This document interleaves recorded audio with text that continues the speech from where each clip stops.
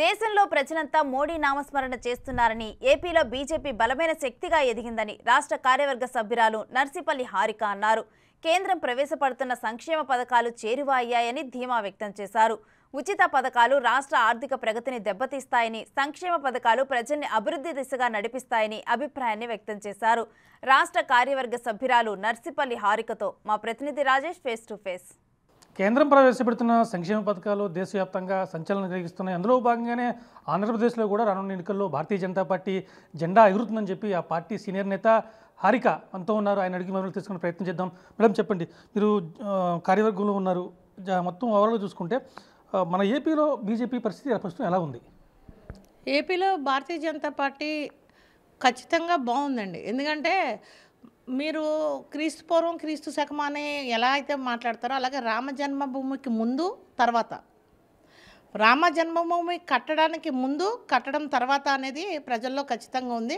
ఈరోజు రామజపం ప్రతి ఇంటిలో కూడా అక్షంతలు వెళ్ళి రామజపం ఎలా అయితే చేస్తున్నారో ఈరోజు దేశమంతా కూడా మోడీ జపం, అలాగే రాష్ట్రంలో కూడా అధిక సంఖ్యలో మోడీ జపం చేస్తున్నారు. ముఖ్యంగా భారతీయ జనతా పార్టీ రాముని అడ్డం పెట్టుకుని రాజకీయం నడిపిస్తుంది. కులాల పరంగా మతాల పరంగా విడదీయాలని చూస్తుంది అనేది మొన్న ఉండవల్లి అరుణ్ కుమార్ చాలా స్పష్టంగా దాన్ని తీసుకుంటారు. మేము దీన్ని తీవ్రంగా ఖండిస్తున్నామండి. ఎందుకంటే మోడీ గారికి అందరూ ప్రజలందరూ కూడా సమానమే అని చెప్పడానికి ఆర్టికల్ 370 కానీ, అలాగే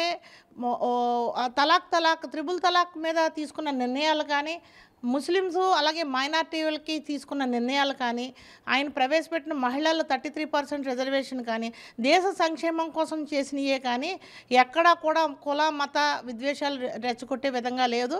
దేశ ప్రజలందరూ కూడా ఆయనకు సమానమే, పరిపాలన ఆ విధంగానే అందిస్తున్నారని మేము పూర్తి విశ్వాసంతో, మేమే కాదు ప్రజలందరూ కూడా పూర్తి విశ్వాసంతో ఉన్నారు. ఎందుకంటే ఈరోజు రామ మందిరం చూడడానికి ముస్లిమ్స్ అధిక సంఖ్యలో మొన్న వెళ్ళడం బాగా వైరల్ అయింది. అది ఎందుకు వెళ్ళారండి?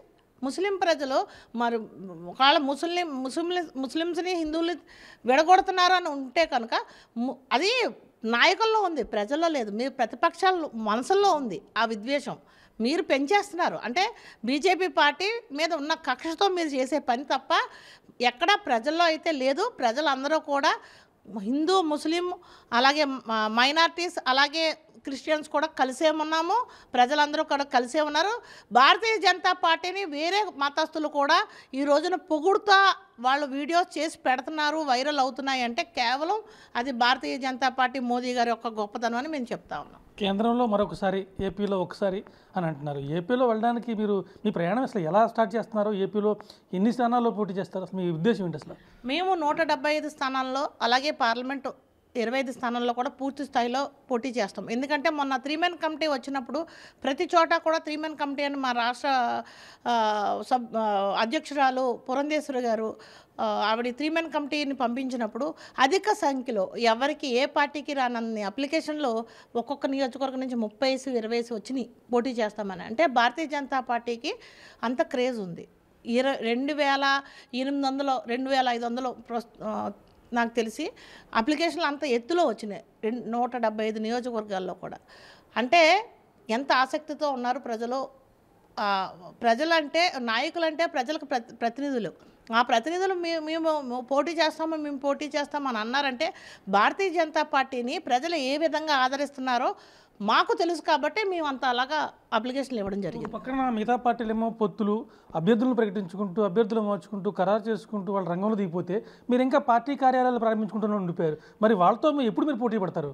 మేము పార్టీ కార్యాలయాలు మొదలు పెట్టాము అంటే మేము ఆల్రెడీ ప్రజల మనసుల్లో చాప కింద నీరులా మా పని అయిపోయిందండి. వికసిత్ భారత్ ద్వారా మా పని అంటే ఈ పథకాలన్నీ మేము ఇస్తున్నాము, సంక్షేమ పథకాలు. మేము ప్రజల్ని యాచకుల్లా చేయట్లే, ప్రజలు రాజుల్లా చేస్తున్నాం సంక్షేమ పథకాలతో. అది మా మోదీ గారి వల్ల అయింది. ఆ సంక్షేమ పథకాలు వికసిత్ భారత్ ద్వారా అంటే మేము ఇచ్చే పథకాలకి స్టిక్కర్లు మార్చి జగన్ గారు మసిపూసి మారేడుకాయ చేస్తున్నారు. ఈ దేశంలో ఏ రాష్ట్రంలో లేని పథకాలు ఒక ఆంధ్రప్రదేశ్లో ఉన్నాయి. ఆంధ్రప్రదేశ్ని చూసి అందరూ ఫాలో అవ్వాల్సిన పరిస్థితి ఉందంటున్నారు. మీరేమో మేమే పెట్టినారు. అంటే సంక్షేమ పథకాలకి ఈ పథకాలు, ఉచిత పథకాలు తేడా ఏంటండి? మేము ఇచ్చే పథకాలు, సంక్షేమ పథకాలు ప్రజలు బాగుండాలి అని. ఇప్పుడు మేము ఉన్నాము, రైతులకి ఒక ఏరియా సబ్సిడీ మీద ఇస్తున్నాము. 8 బస్తాలు ఉచితంగా అంటే నామినల్ రేటుకి ఇస్తున్నాము. అంటే రైతు ఈరోజు దేశానికి రాజు, రైతే రాజు. కాబట్టి సుభిక్షంగా రైతులు బాగుంటే ప్రజలందరూ బాగుంటారు. కాబట్టి రైతులకి ఒక సంక్షేమ పథకం. అలాగే ఉజ్వల గ్యాసు, మహిళలు ఎవరు కూడా కట్టెలపై ముందు వండుకోకూడదని చెప్పి ఉజ్వల గ్యాసు. అలాగే ఆయుష్మాన్ భారత్ అంటే ముసలి వాళ్ళకి ప్రతి మనిషికి ఆరోగ్యం అనేది చాలా ముఖ్యం. కాబట్టి ప్రతి ఇంటికి కూడా ఎంతమంది ఉంటే అంతమందికి ఆయుష్మాన్ భారత్ కార్డు ఇస్తూ ఆ కార్డు సంవత్సరానికి 5 లక్షల రూపాయలు ఎలిజిబుల్. అంటే దేశంలో ఎక్కడున్న మీ పిల్లలు ఇక్కడ మీరు ఇక్కడ ఉంటారు, ఈ గ్రామంలో మీ పిల్లలు ఎక్కడో ఉత్తరప్రదేశ్లోనే జాబ్ చేసుకుంటూ ఉంటారు, అక్కడికి వెళ్ళి కూడా మీరు వైద్యం చేయించుకోవచ్చు.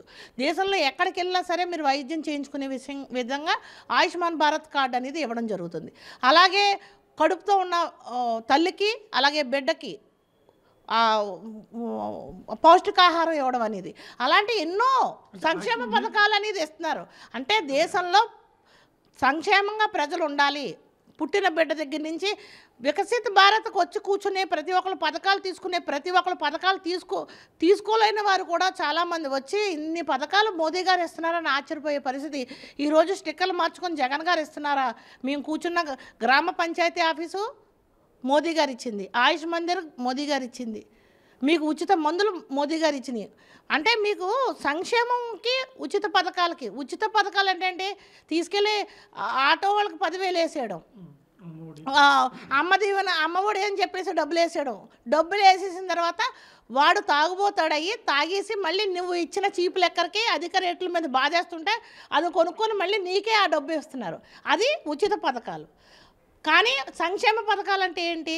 వాళ్ళకు కావాల్సిన మినిమం నీడ్స్, ప్రజలకి మినిమం నీడ్స్ ఇస్తే వాళ్ళు ఆరోగ్యంగా ఉంటే వాళ్ళు వెళ్ళి వాళ్ళు పని చేసుకొని వాళ్ళు డబ్బులు తెచ్చుకొని వాళ్ళు ఆర్థికంగా అభివృద్ధి చెందుతారు.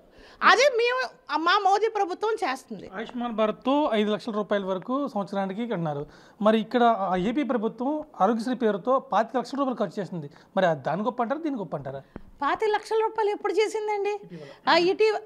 ఒకటండి, ఆరోగ్యశ్రీలో రాజశేఖర్ రెడ్డి గారు చాలా మంచి ఉద్దేశంతో ఆరోగ్యశ్రీ పథకం అనేది పెట్టారు. అందులో 540 జబ్బులకో 532 జబ్బులకో చూసేవారు ఆరోగ్యశ్రీ అమలైన మొదట్లో. తర్వాత జగన్ గారు వచ్చిన తర్వాత కుదాయించి 200 చిల్లరగా చేసేసారు.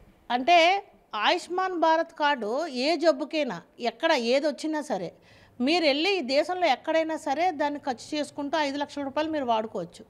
కానీ ఆరోగ్యశ్రీలో కొన్ని జబ్బులకి మీరు వెళ్తారు, ఒక యాక్సిడెంట్ అయిందని వెళ్తారు, యాక్సిడెంట్ అయ్యి ఇక్కడ దెబ్బ తగులుతుంది, ఇక్కడ దానికి చేస్తాం, ఇక్కడ దానికి చేయమంటే ఇక్కడ దానికి మళ్ళీ మీరు డబ్బులు ఖర్చు పెట్టుకొని చేయించుకోవాలి. అలా ఆయుష్మాన్ భారత్ కార్డు అలా కాదు. ఆయుష్మాన్ భారత్ కార్డు ఏంటంటే ఏ జబ్బుకైనా ఎలాంటి ఇబ్బందికైనా సరే ఉపయోగపడే విధంగా దీన్ని డిజైన్ చేశారు. దేశంలో వెళ్ళి ఎక్కడైనా సరే మా పేదవాళ్ళు ముసలివాళ్ళు ఇంట్లో నలుగురు ఉంటే నలుగురికి 4-5 ఇస్తున్నారంటే 20 లక్షల రూపాయలు ఇస్తున్నారు. అది గొప్ప ఇది గొప్ప అన్నది ప్రజలే తెలుసుకుంటున్నారు, ప్రజలకే అర్థమవుతుంది.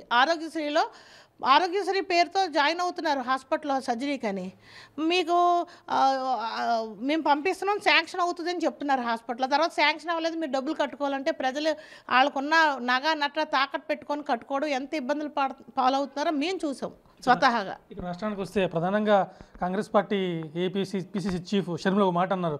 బీజేపీ అంటే బాబు, జగన్, పవన్ వీళ్ళు ముగ్గురు కలిస్తేనే భారతీయ జనతా పార్టీ. ఇక్కడ ఉన్న ఎంపీలందరూ కూడా బీజేపీకి తొత్తులుగా మారారంట. అవునండి, ఖచ్చితంగా ఎంపీలు తొత్తులుగా మారారని మీరు అన్నారమ్మా షర్మిల గారు.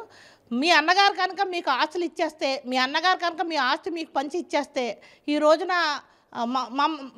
ఆంధ్రప్రదేశ్ ప్రజలు ఎవరు కూడా మీకు గుర్తు రాకపోదును.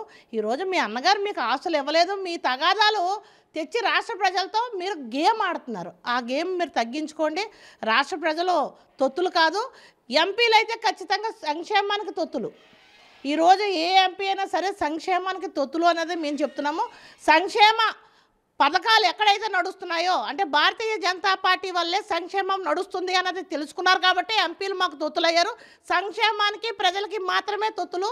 మీరు ఈ మాట విరమించుకోవాలి. మేము తీవ్రంగా దీన్ని ఖండిస్తూ ఉన్నాం. ప్రత్యేక హోదా విషయంలో బీజేపీ ఏపీకి తీరని అన్యాయం చేసింది. అందువల్ల ఖచ్చితంగా మన ఎంపీలు 25 మంది ఎవరైతే ఉన్నారో బీజేపీ కావచ్చు, టీడీపీ కావచ్చు, వైసీపీ కావచ్చు, వీళ్ళందరూ కూడా ఇప్పటిదాకా అసెంబ్లీలో లోక్సభలో ఒకసారి కూడా ప్రత్యేక హోదా మీద మాట్లాడలేదు.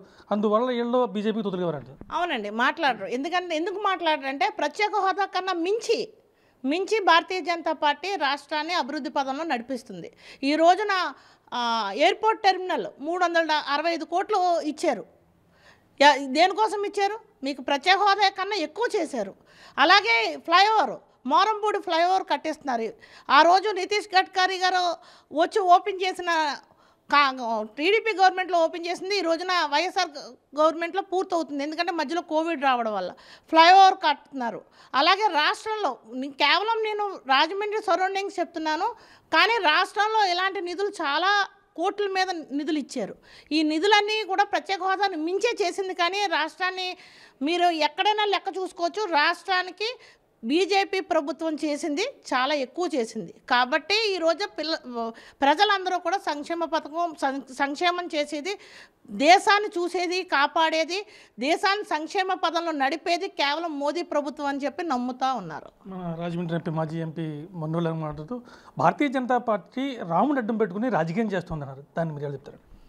రామును అడ్డు పెట్టుకొని రాజకీయం చేయాల్సిన అవసరం లేదు. భారతీయ జనతా పార్టీకి దేశంలో 500 సంవత్సరాల నుంచి నడుస్తున్న సమస్యని భారతీయ జనతా పార్టీ ఈ రోజున ఒక కొలిక్కి తీసుకొచ్చింది. దానివల్ల మీరు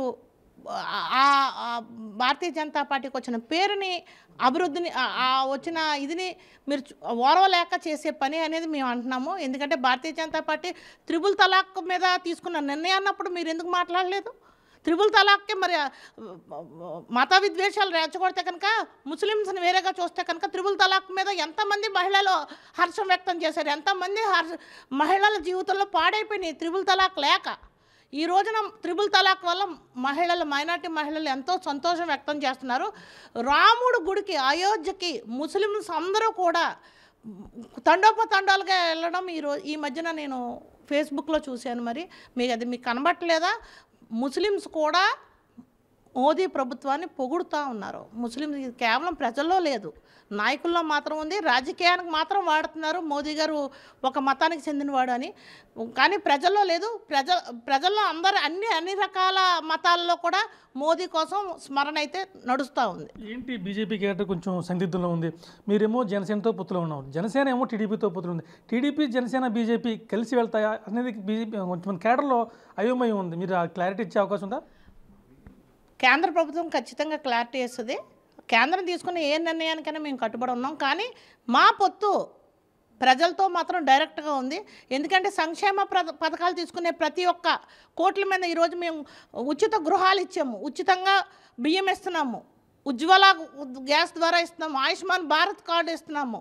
అలాగా 142 పథకాలు, సంక్షేమ పథకాలు ఉన్నాయి. ఈ సంక్షేమ పథకాలు తీసుకునే లబ్ధిదారులు ప్రతి ఒక్కరితోటి మాకు పొత్తుంది.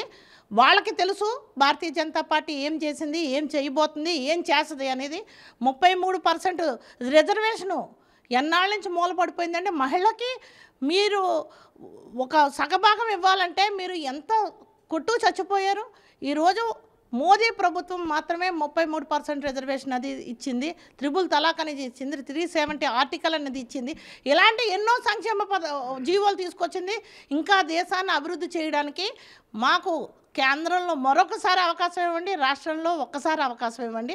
డబుల్ ఇంజన్ పరిపాలనతో మేము ఏ విధంగా సంక్షేమ పథకాలను తీసుకెళ్తామో, రేపు మీరు రాష్ట్రంలో కనుక భారతీయ జనతా పార్టీకి అవకాశం ఇస్తే ఖచ్చితంగా డబుల్ ఇంజన్ పరిపాలనతో మేము సంక్షేమంలో రాష్ట్రాన్ని ఇంకా అభివృద్ధి పదంలో, ఇప్పటికే అభివృద్ధి ఆల్రెడీ చేస్తూ ఉన్నారు, ఇంకా అభివృద్ధి పదంలో చేస్తాము.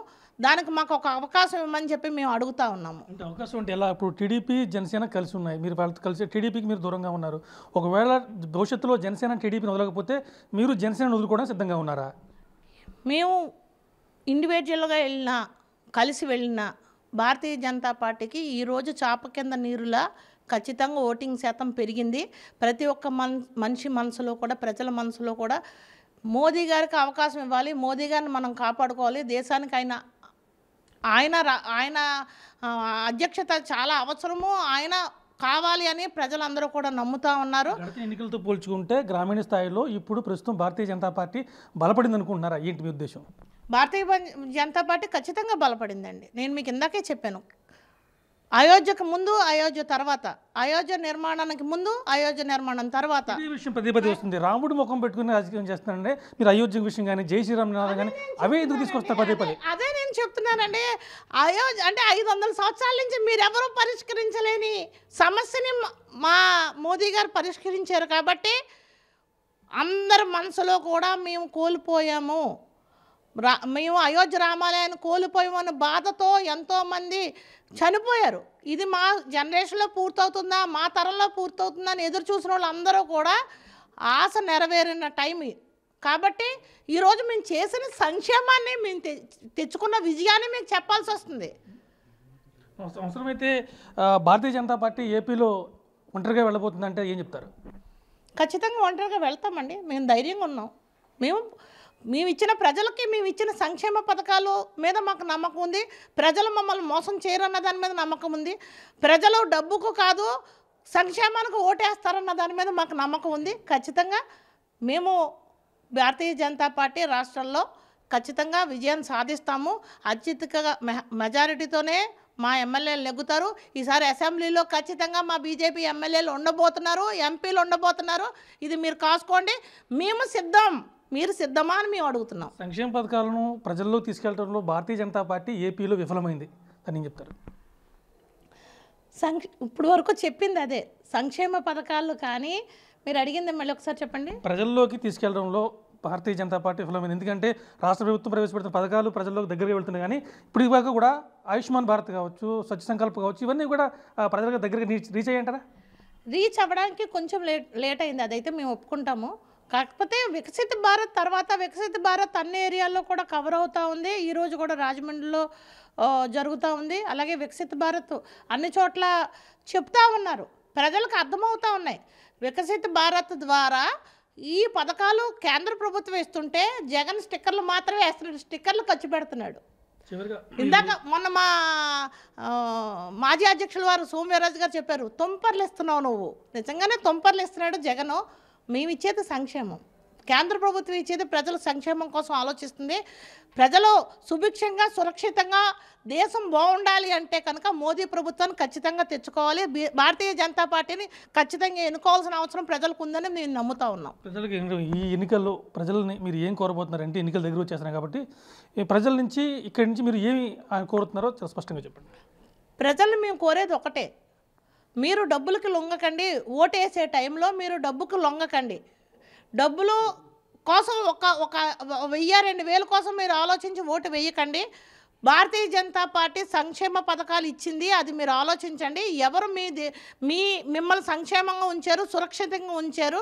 మీకు సంక్షేమ పథకాలు, మేము ఉచిత పథకాలు ఇవ్వట్లేదు, సంక్షేమ పథకాలు ఎవరు ఉచితంగా ఇస్తున్నారు, ఉచిత పథకాలు ఎవరిస్తున్నారు, సంక్షేమ పథకాలు ఎవరిస్తున్నారు అన్నది ఆలోచించండి. దేశాన్ని సురక్షితంగా ఉంచే మనిషిని మాత్రం మీరు ఎన్నుకోండి. అది కేవలం భారతీయ జనతా పార్టీ. కాబట్టి భారతీయ జనతా మాకు ఈరోజు ఓటు అడిగే హక్కు ఉంది అంటే మాకే ఉంది. ఓటు అడిగే హక్కు ఏ ప్రభుత్వానికి లేదు, కేవలం భారతీయ జనతా పార్టీకే ఉంది. భారతీయ జనతా పార్టీ ఈ 9 సంవత్సరాల్లో చేసిన సంక్షేమాన్ని ప్రజలు గుర్తించారు. ఖచ్చితంగా మేము చేప కింద నీరులా మా పని జరుగుతూ ఉంది. ఖచ్చితంగా మాకు ఓటేస్తారు ప్రజలని మేము నమ్ముతా ఉన్నాం. ఇది మొత్తం చూసుకుంటే కేంద్రం ప్రవేశపెట్టిన సంక్షేమ పథకాలే మోడీ ప్రభుత్వానికి శ్రీరామ రక్ష. ఖచ్చితంగా కొన్ని చోట్ల ప్రజల్లో తీసుకెళ్లడంలో కాస్త ఆలస్యమైంది, కానీ ఈ పార్టీకి చేప కింద నీరులా భారతీయ జనతా పార్టీ ఏపీలో విస్తరించింది. అన్ని కాన్స్టిట్యున్సీల్లో కూడా నాయకత్వం అంతా సిద్ధంగా ఉంది. ఎప్పుడైనా సరే అవసరమైతే సింగిల్గా పోటీ చేయడం కూడా భారతీయ జనతా పార్టీ సిద్ధంగా ఉందని బీజేపీ రాష్ట్ర కార్యవర్గ సభ్యురాలు హారిక అన్నారు. కెమెరామెన్ రవిశంకర్తో రాజేష్, బిగ్ టీవీ, రాజమహేంద్రవరం.